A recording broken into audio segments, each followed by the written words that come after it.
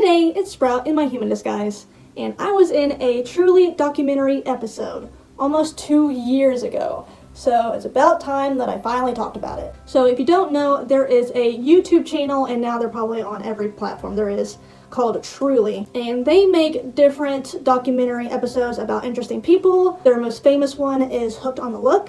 I personally was on an episode of Transformed, where I transformed from Sprout into an kind of average next-door neighbor, girly, feminine woman. And for years, I've been joking to myself and to my friends, saying that I could totally appear on one of those Truly episodes because I'm weird and obsessed with fairies and fantasy, and I have a bunch of garb, and my entire life just about is surrounded by this sort of thing.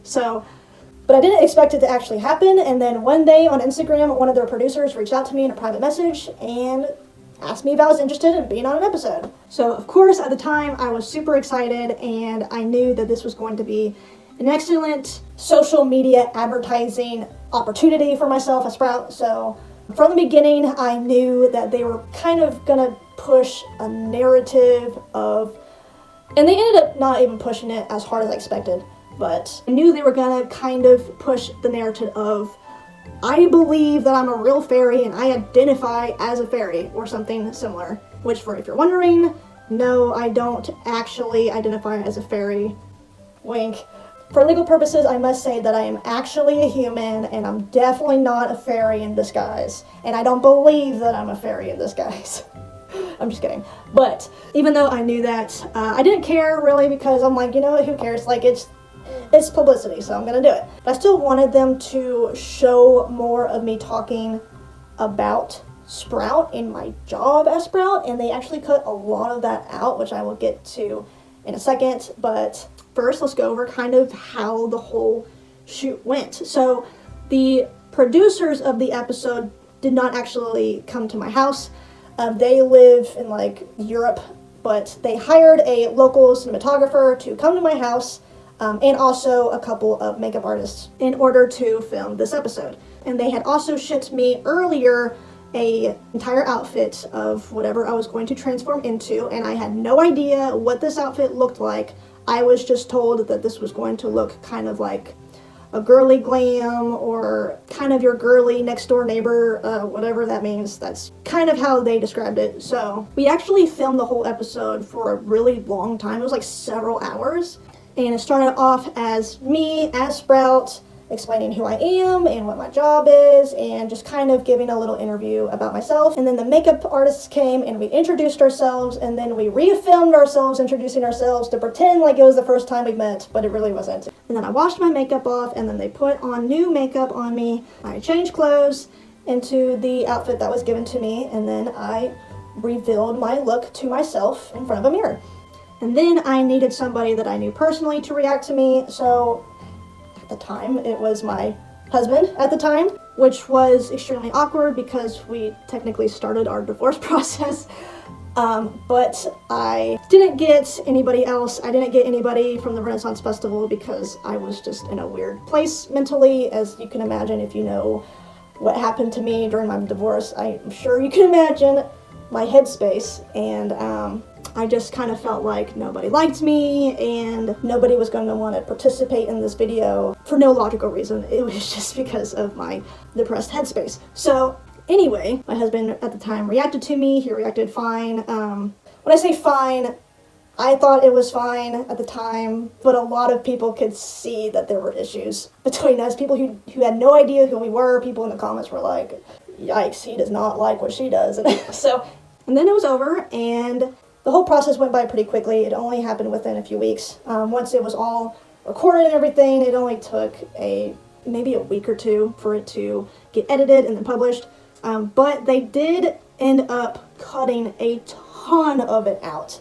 And I'm wondering if they actually cut a lot of it out because of me, because my cinematographer told me that I'm supposed to answer all of my interview questions as if I'm just speaking it without him asking the question first.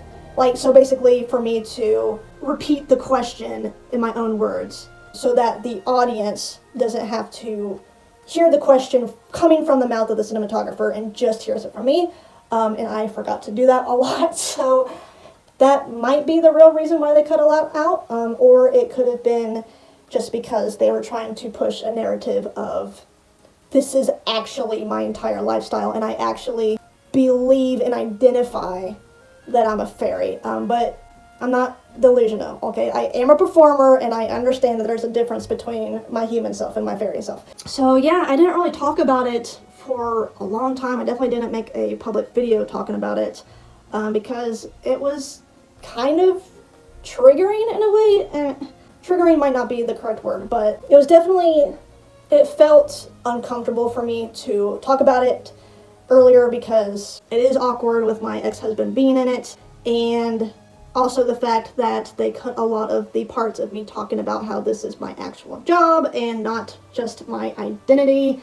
But overall, I had a great experience with it, and like I said, I was just in a really bad headspace for a while. I feel totally open to talking about it now, and I'm very grateful to have checked that off of my list of things to do in my life, being on a Truly episode.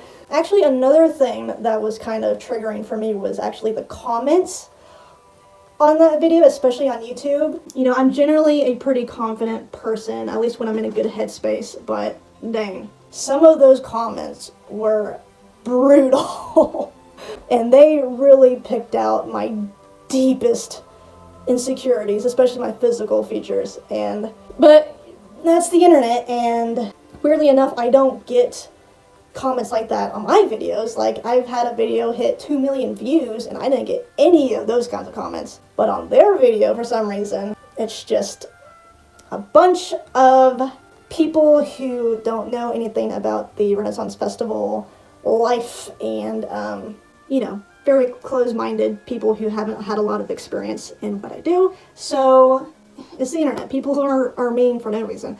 So actually, like a few weeks later, after everything was done and published to the internet, they actually reached out to me again to do another episode. I think for Hooked on the Look that time, but they wanted to feature more of the non-Sprout stuff. So like my generic fairy look, which at this point I could probably do easily because I literally have a business where I make stuff like this, so of course I have a large wardrobe, or I could make a large wardrobe of fairy clothing, but at the time I denied it, mostly because of the awkwardness of still living with my husband, who I was getting a divorce with, and again being in a bad headspace. So yeah, maybe in the future, when maybe not in this house that I'm living in right now, but at the next place that I live at, hopefully will be a good, like, permanent home to live in, and maybe I could do another episode, if not Truly, then something similar. So if you want to see the actual transformed episode, I will do my best to link it on my social medias that I post this video on, but I will at least put the title of the episode either in the description or in the comments, so that you can simply search it and watch it yourself. So thank you so much for watching this video, and I really hope to see you in the next one.